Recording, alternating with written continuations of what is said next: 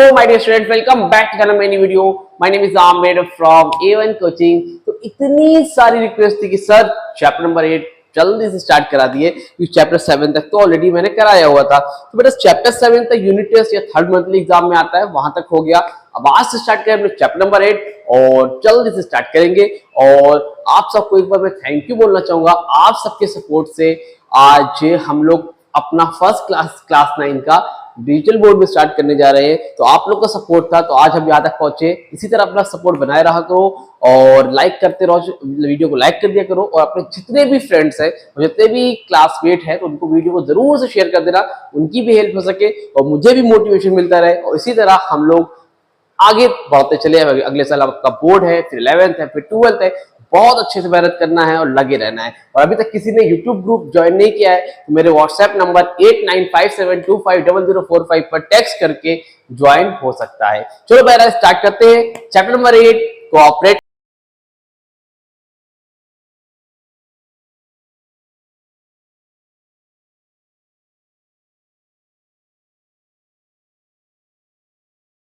Society होती क्या है, ये कोऑपरेटिव सोसाइटी है क्या। देखो आप लोगों ने आप पढ़ लो फॉर्म्स ऑफ बिजनेस ऑर्गेनाइजेशन, जिसमें आपने सबसे पहले पढ़ा सोल प्रोप्राइटर, फिर आपने पढ़ा पार्टनरशिप, फिर आपने पढ़ा जॉइंट स्टॉक कंपनी। ठीक है, अब चौथा जो है उसका नाम है कोऑपरेटिव सोसाइटी, या फिर इसको हम लोग कोऑपरेटिव ऑर्गेनाइजेशन भी बोलते हैं। अब ये बनता क्यों है? देखो पहली चीज तो ये बनता है कि इसमें मिनिमम 10 लोग होने चाहिए। कितने लोग होने चाहिए बेटा? मिनिमम 10 लोग, और मैक्सिमम अनलिमिटेड लोग हो सकते हैं। कितने हो सकते हैं भाई? मिनिमम 10 हो सकते हैं और मैक्सिमम जितने चाहे उतने हो सकते हैं। ठीक है, अब होता है कैसे? इसमें जो मेंबर होते हैं, मान लो 10 लोग हैं, जैसे आप हो, एक का नाम है राहुल। अब राहुल के दिमाग में आया कि उसे कोऑपरेटिव सोसाइटी बनानी है। अब क्यों आया वो बताता हूं। अब इसने क्या किया, कम से कम 10 लोग को इकट्ठा किया। 1 2 3 4 5 6 7 8 9 10। अब 10 लोग थे जो इस मेंबर में जुड़ गए। अब हो सकता है 50 हो, 100 हो, वो एक अलग बात है, लेकिन मिनिमम 10 चाहिए। तो 10 लोग को इसने इकट्ठा कर लिया। अब इसको बनाते क्यों है बेटा? इसको बनाते इसलिए ताकि खुद के जो कॉमन इंटरेस्ट, क्या खुद के जो कॉमन इंटरेस्ट है वो पूरे हो सके कम रेट में। मतलब जैसे मान लो आपके घर में शुगर आती, चीनी आती है कि नहीं आती है? आती होगी। अब अगर मान लो आपके घर में चीनी आती है, इसको हम लोग न्यू पेज में करते हैं। मान लो आपके घर में शुगर आती है, तो आजकल ये बताओ 1 किलो चीनी कितने में? 1 kg शुगर कितने की है? आई थिंक 45 से 50 रुपीज के बीच में। अगर आप लोग राहुल को लेनी है 1 किलो चीनी, राहुल शुगर लेने जाएगा तो 45 रुपए की 1 किलो मिलेगी। और जाहिर सी बात है एक घर में 5 किलो 7 किलो 8 किलो 10 किलो तो आती होगी। तो मान लेते हैं इसके घर में 45 रुपीज में 10 किलो अगर जाती है तो एक महीने की चीनी कितने की पड़ी? 10 किलो 450 रुपीज की, 450 रुपए की 1 किलो चीनी पड़ती है। अब इसी तरह राहुल लेता है तो इसी तरह दूसरा वाला जो राम है वो भी लेता होगा 450 रुपए की। किसी घर में 20 किलो जाती है तो वो लेता होगा। समझ में आ रही बात? अब हर कोई जाएगा चीनी लेने, ऑयल लेने, मतलब कुछ भी ऐसा कोई भी कॉमन चीज लेने जाओगे तो मार्केट में क्या होगा, आपको रिटेलर की दुकान पे महंगा मिलेगा। ठीक है, लेकिन अगर मान लो अब राहुल ने 10 मेंबर के साथ कोऑपरेटिव सोसाइटी बना ली। क्या बना ली? 10 मेंबर के साथ एक सोसाइटी बना ली। तो अब इसमें क्या होगा, इन लोग क्या करेंगे, अकेले सामान खरीदे, अकेले 1 किलो चीनी नहीं लेंगे, अकेले 10 किलो नहीं लेंगे, बल्क में सामान खरीदेंगे। किसमें खरीदेंगे? बल्क में। बल्क का मतलब क्या होता है? बल्क का मतलब होता है इकट्ठा खरीदना। तो अब क्या करेंगे, इकट्ठा खरीदेंगे। जैसे 10 किलो राहुल के घर में थी, 10 किलो राम के घर में, इस तरह 10 लोग थे तो तकरीबन कितनी किलो चीनी आएगी? 100 kg। कितनी केजी आएगी? 100 kg। अब ये बताओ, अगर कोई भी इंसान बल्क में सामान खरीदेगा तो सामान उसको क्या होगा? सस्ता मिलेगा। क्या होगा? सस्ता मिलेगा। जो चीज 45 रुपीज में मिल रही थी, मे बी वो 40 में मिले, मे बी वो 35 में मिले, हो सकता है वो 30 रुपीज मिले। कहने का मतलब आपको चीनी क्या होगी? सस्ती मिलेगी। अब ये बात खाली सिर्फ चीनी की नहीं है कि चीनी मिलेगी। अब ये हर चीज में आपको लैंड लेनी है, जमीन खरीदनी है, जमीन आपको सस्ती मिलेगी। आपको ऐसा कोई भी चीज जो खरीदना है वो आप बल्क में खरीदोगे। किसमें खरीदोगे? बल्क में खरीदोगे, इकट्ठे खरीदोगे तो वो क्या होगा बेटा? आपको सस्ता पड़ेगा। क्या होगा? सस्ता पड़ेगा। अब यही काम जैसे होता नहीं, आप कोई काम अकेले करने जाओगे तो वो इजीली नहीं हो पाएगा। लेकिन जब वो 10 लोग जाओगे, 20 लोग जाओगे, 50 लोग जाओगे, तो क्या होगा? फायदा होगा। फायदा होगा, आपकी बात को सुना जाएगा। ठीक है, उसी तरह कोऑपरेटिव सोसाइटी होती है जहां पर ये कॉम अपना खुद का ऑर्गेनाइजेशन बना लेते हैं। क्या करते हैं? खुद का ऑर्गेनाइजेशन बना लेते हैं, और उसके बाद अगर किसी भी तरह की प्रॉब्लम होती है तो ये उसके लिए करते आवाज उठाते हैं, या फिर उसके लिए अपने जो भी चीज कॉमन इंटरेस्ट होता है, कॉमन मतलब जिसमें सबका बेनिफिट, ये नहीं कि अब 10 लोग हैं खाली उसमें एक आदमी का फायदा हो रहा है, इसका फायदा हो रहा है, ऐसा नहीं, जिसमें कॉमन इंटरेस्ट हो, सबका फायदा हो, तो उस काम के लिए कोऑपरेटिव सोसाइटी होती है। आई होप आपको ये क्लियर हुआ होगा। क्लियर है? और बुकिश लैंग्वेज देखते हैं और क्लियर हो जाएगा क्या लिखा है। लिखा है cooperative society is a voluntary association. Cooperative society क्या है? वॉलेंट्री एसोसिएशन है, माने कि आप अपनी इच्छा से आ सकते हो और अपनी इच्छा से जा सकते हो, आपकी विश के ऊपर डिपेंड करता है। ऑफ 10 और मोर पर्सन, यहाँ पे 10 मिनिमम 10 तो होने चाहिए, या फिर ज्यादा लोग हो सकते हैं, हु ज्वाइन टुगेदर, जो कि साथ में ज्वाइन होते हैं, to protect and promote their common interest. ध्यान से देखना, to protect and promote their common interest. किसको भैया? कॉमन इंटरेस्ट के लिए। इंडिविजुअल इंटरेस्ट की बात नहीं हो रही है, कॉमन, अगर सबका फायदा होगा उस काम के लिए इन लोग मिलकर साथ में काम करते हैं। आपको नॉर्मली वो सामान क्या होता है? सस्ते रेट पे मिल जाता है। क्लियर है? समझ में आ रही बात? चल आगे बात करते हैं, इसके फीचर्स क्या क्या होते हैं। ठीक है, इसके फीचर्स क्या क्या होते हैं। नंबर 1 पर है बेटा वॉलेंट्री एसोसिएशन। क्या है? Voluntary association. अभी वॉलेंट्री एसोसिएशन क्या होता है? मतलब इसका यह है कि जिसकी मर्जी हो वो चाहे जब चाहे आ सकता है, जब मन चाहे जा सकता है, कोई रोकने टोकने वाला वहां पर नहीं होता है। ठीक है।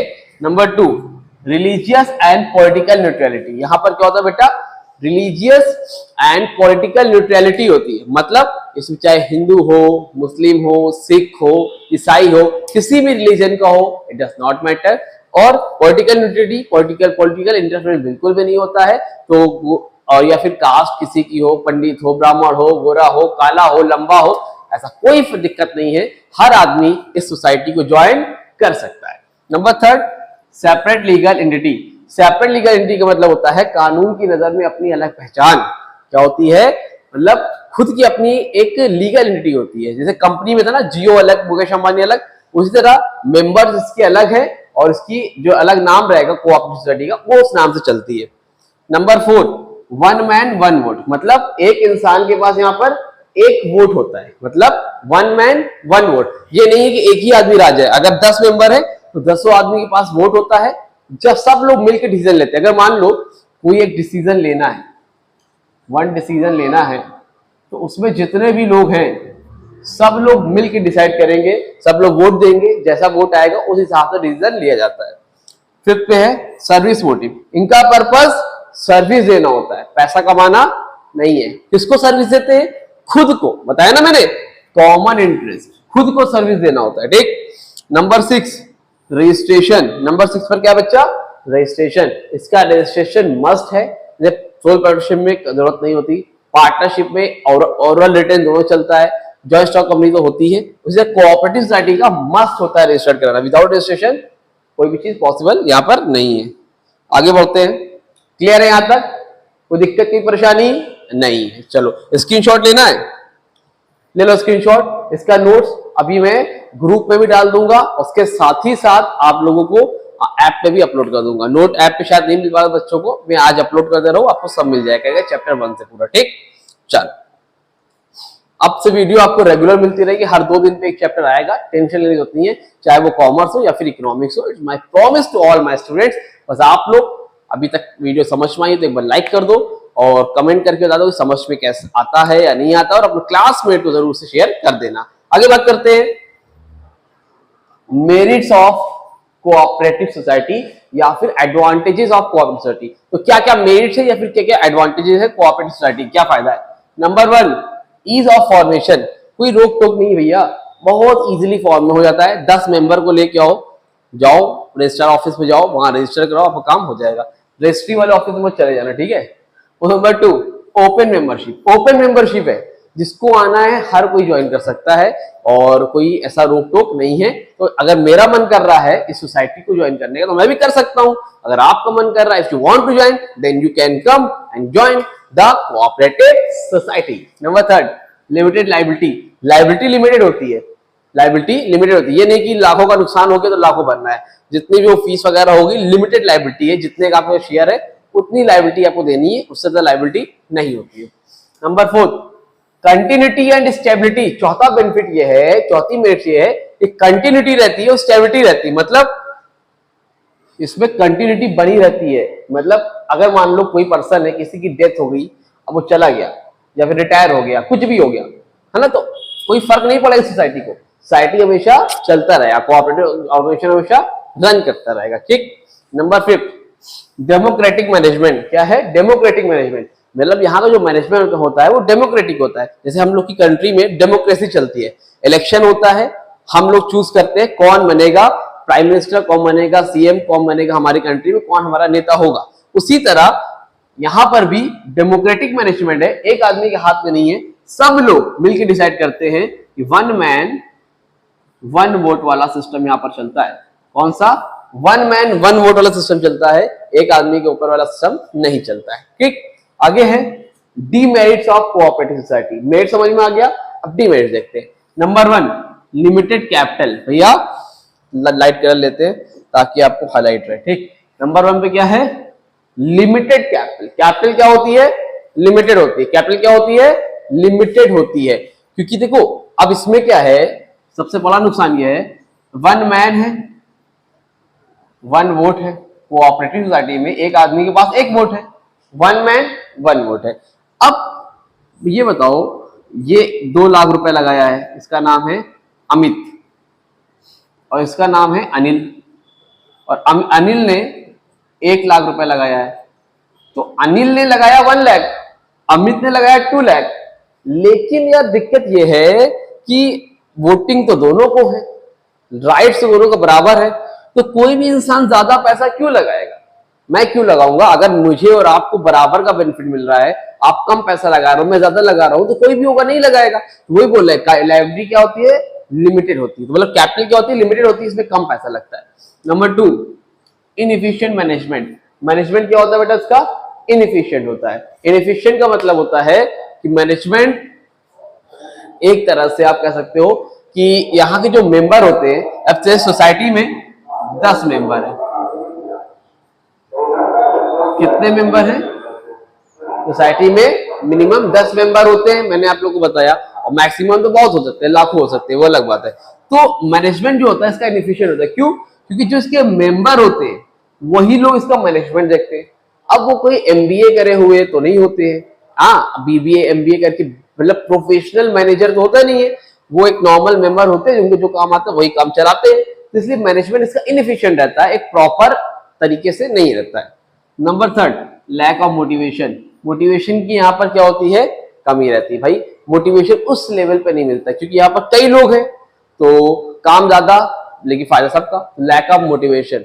Number 4, non transferability of interest. आप अपने इंटरेस्ट को ट्रांसफर नहीं करते। जैसे मैं हूं, मेरा नाम है आमिर, अब मुझे लग रहा है यार मैं जाना चाहता हूं, मैं अपने फ्रेंड फुजैल को अपना इंटरेस्ट देना चाहता हूं, मतलब अपना मेंबरशिप फुजैल को दे दूं। तो ऐसा नहीं है, ऐसा कंपनी में था कि मैं अपना शेयर ट्रांसफर कर सकता था, लेकिन यहां पर आप ट्रांसफर नहीं कर सकते हो। तो नॉन ट्रांसफरेबिलिटी ऑफ इंटरेस्ट, अपने इंटरेस्ट को ट्रांसफर नहीं कर सकते। Number 5, lack of secrecy. Secrecy मतलब होता है सीक्रेट। क्या होता है इसका मतलब? सीक्रेट। तो यहाँ पर सीक्रेट जो होते हैं कमी, तो जो सीक्रेट रहते हैं वो बाहर जाने के चांसेस ज्यादा रहते हैं। क्यों? क्योंकि मेंबरशिप तो ओपन है, जो चाहे ज्वाइन करे। अब ज्वाइन करेगा तो उसको जो भी राज होंगे, सीक्रेट होंगे बिजनेस के, बताने पड़ेंगे सोसाइटी के, तो लोगों को मालूम चल जाता है। तो यहाँ पर जो सीक्रेट रहते हैं उसकी सीक्रेटसी बाहर आने के चांसेस बहुत ज्यादा हो जाते हैं। तो ये सारी चीजें इसके अंदर आती हैं। अब इतना ही आपके सिलेबस का पार्ट है, meaning, features, merits and demerits. उसके अलावा और कोई सिलेबस का पार्ट नहीं है। क्लास 11 में आओगे तो आप डिटेल में पढ़ोगे, types of cooperative society, forms कैसे होता है, रजिस्ट्रेशन कैसे होता है, पर ये सब आपको सिलेबस का पार्ट नहीं है, बुक में दिया है बट सिलेबस का पार्ट नहीं है। तो आई होप आपको यहाँ तक अच्छे से क्लियर होगा। स्क्रीनशॉट लेना है तो ले लो, बाकी नोट्स में डाल दे रहा हूँ ग्रुप के अंदर, जाके डाउनलोड कर लेना और ऐप में अपलोड कर दे रहा हूँ। ऐप डाउनलोड नहीं किया प्लीज जाओ, डिस्क्रिप्शन में ऐप का लिंक है, अभी के अभी ऐप को डाउनलोड कर लो। तो उम्मीद करता हूँ वीडियो अच्छी लगी होगी, वीडियो को लाइक करोगे, अपने फ्रेंड्स को, अपने क्लासमेट को शेयर करना मत भूलना। मिलते हैं न्यू वीडियो में, तब तक के लिए थैंक यू सो मच।